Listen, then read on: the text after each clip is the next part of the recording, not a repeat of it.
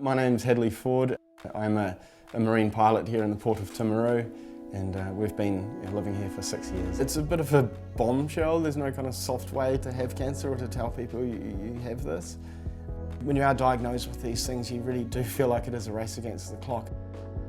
There's a level of anxiety that you just want to get the treatment started and to know that you're actually fighting it at that stage, because you do feel relatively helpless. Just going between tests and prodded with injections. After my first surgery, all of my side was almost completely in stitches. I would have had at least over 100 staples, and the skin was very tight and I had very little movement. I couldn't put my socks on, I could barely get in and out of bed, to be honest. Everything was a struggle, you name it. When I had a recurrence, I had to remove some hip bone, and it was about 10 by 6 centimetres of the actual bone that was taken out, so it was a huge chunk of bone. It was obviously a very painful experience. My brain would be telling it to move and it wouldn't even budge. So I had a number of physio exercises to actually help assist with that. And I found within a week or 2 weeks I actually started to make kind of baby steps. And then just maintaining that physio, the range just increased massively until I almost felt normal again. As it got better, I went from the 2 crutches down to 1 crutch. I really felt the recovery was exponential, and I do honestly feel that that was helped by the physiotherapy that I had.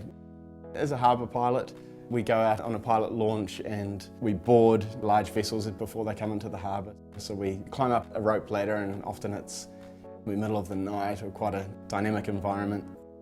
You've got the main ship itself rolling, it could be rolling 20, 30 degrees, and then you're on a little launch which is up and down in the swell. You've got to be decisive. Once you make that first big step, you've got to scramble up quickly. To get to that stage from the physio, I kind of practiced at home, and then actually at work, when there were vessels alongside in the harbour, we got them to lower a ladder, and I just went alongside just practicing and to see, can I actually make these big steps. I guess one big component, I missed out on active time with the children. There were events that I missed. I remember there was even a cross country, while I was up in Christchurch. I couldn't contribute around the house. 3 young kids. It's just brilliant to be back in normality.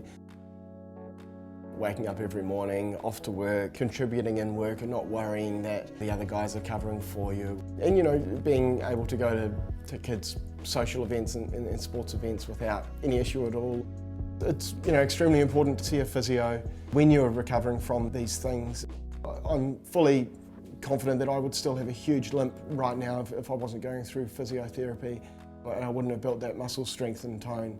Purely just from the fact walking down the street, I look no different to anyone else. Why wouldn't you want to do that?